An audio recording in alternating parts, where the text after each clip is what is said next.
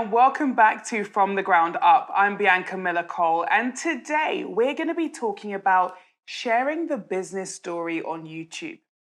Now, there's a few key reasons why I think it's important to share your business story. I'm going to go through each of them, and then I'm going to talk about why I've chosen to, in part, share the story on YouTube and why this series was really created. So the first thing is, when you're thinking about sharing your story, you want to document the story to enable you to resonate with your potential audience. So by sharing the story of building your business or building your brand, you're getting out in front of your audience ahead of your launch date. So you're talking about the journey, you're talking about the problem you solve, and people are now on that journey with you, hoping to help you make it a reality. Now, I certainly found when I was on The Apprentice that even though I didn't win and I came second, it still meant that 8 million people were aware of the story and aware of the brand. And so when the brand was then released, there were more people who were engaged because they had seen the journey and wanted to be a part of that journey. And so I think it's important to think of ways you can document the journey. So it may not be on TV, but now with social media and with YouTube, you can create your own audience. You can create your own platform. And so I think it's so important to think about how you share that story with your audience. So that's one thing. Of course, by sharing that journey with the audience, you're also creating your community. You're creating your community of early adopters and potential fans.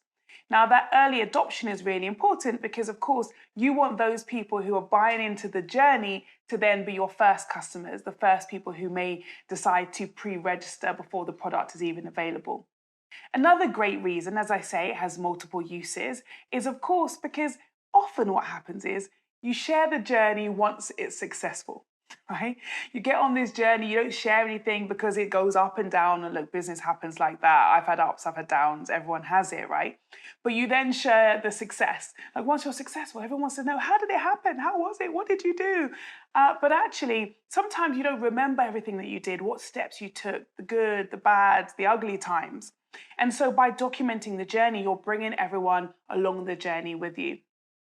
Now, another really important reason to document the journey on YouTube specifically is because YouTube operates as a fantastic search engine. When you think about the reality of the customer experience on the internet, right? Most people will go to Google and other search engines to search for something.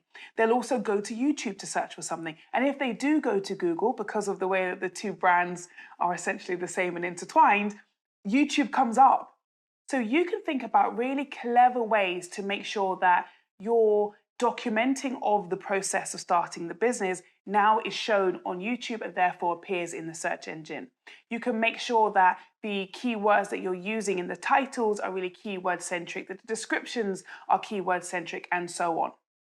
And so I started thinking about sharing this journey with you because I wanted to on one side of the coin, support other people on the journey who want to start businesses to share some of my experiences, share some little tips along the way, but mostly just share what the journey is like. So, I wanted to help, I want to give back, but also because I know that as a result, some of you will want to be part of the journey and want to buy the product, right? It's win-win.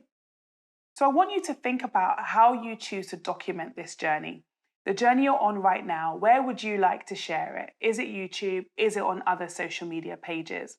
And I also think it's really great in holding you accountable. Because you say you're doing it, you've announced it to the world, now you kind of have to do it, right? So if you're thinking about how to hold yourself accountable, sharing that journey with a weekly diary or a monthly diary and sharing what's happening on a daily basis via daily vlogs, all of that will help you on the journey, and it's such a nice thing to look back on. Now, YouTube, of course, is the second largest search engine. So let's think about how you can now create a space for yourself where you can hold your audience and your community, but also share the work that you're doing. So I started thinking about how am I going to build my YouTube? Now, I have had a YouTube channel for a few years, and if I'm honest, in the past, I used to just put quick videos up there that I needed for clients. So my speaker show reel is up on YouTube so that it would link onto my website easily so that I could send it to clients and so on, right? It wasn't really there as a space where I could really communicate with you all. And I wanted to change that. And so I wanted to think about, how do I rebuild my channel? How do I create a channel that is not just about the videos I need on my website, it's not just about the videos I need for my clients, but it's also about how I interact with the people that follow me, how I help others. And so I started looking on Fiverr for an expert that could help me to redevelop my channel. And I found Sari. So I worked with Sari to really look at what the page looks like now. So she made some really excellent suggestions about archiving some of the videos, choosing the ones that I really wanted to be on the page that I felt currently represented what I do, and then changing the thumbnail so that we had a very clear brand vision and aesthetic. So everything looked quite clean and crisp. So we did that first. That was stage one. So now you should be able to see kind of what the page looks like. And then it was time to start working on this series. How do we put this series out? How do we illustrate each episode? And so we worked together on making sure that we had, of course, the text that you'll see underneath the videos on my YouTube channel, and also making sure that there's really clear captions, and that there's really clear bio, and that there's really clear calls to action. So some of the things that Sari definitely taught me was the importance of having not only a search engine optimized title, so by which I mean really strong keywords in the title that someone might search for on YouTube, but also in the body of the description, making sure there was clear links to any websites you wanted your customer to be able to find, that the chapters were easily outlined so people could skip to the bit in the video they wanted to watch, or of course, that they could watch a bit and then come back to it later and know where they were in the video, making sure that my bio was on there, making sure that, all of it was really clear so it makes it easy for a customer to interact. And I think it's really important that on this journey, you think about being omnipresent. Now, I'm a big fan of omnipresence, okay? So omnipresence essentially means being seen everywhere, okay? And I like the idea of being omnipresent. I like the idea of having some content that you may find on Instagram and on Twitter and on LinkedIn, some content you might find on YouTube, some on TikTok, and having that different customer interaction on different interfaces, on different media channels.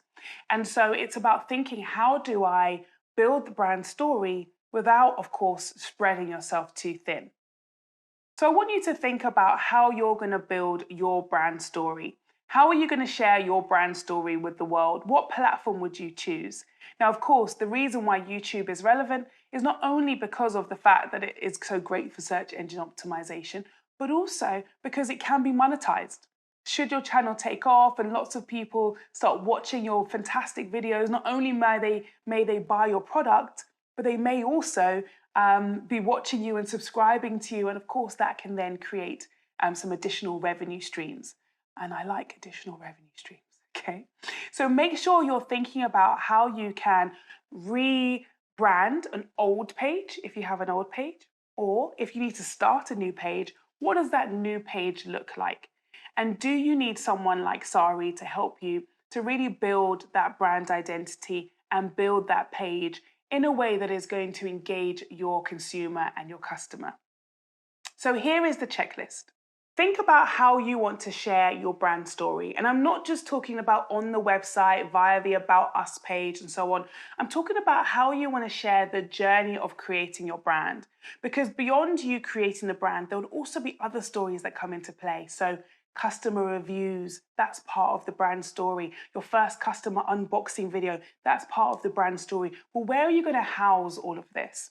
Now, it's all well and good using, Instagram and the like, but actually you want somewhere where people can search for it quite easily and it's going to keep coming up. If people subscribe to your channel, they can go back and watch, okay?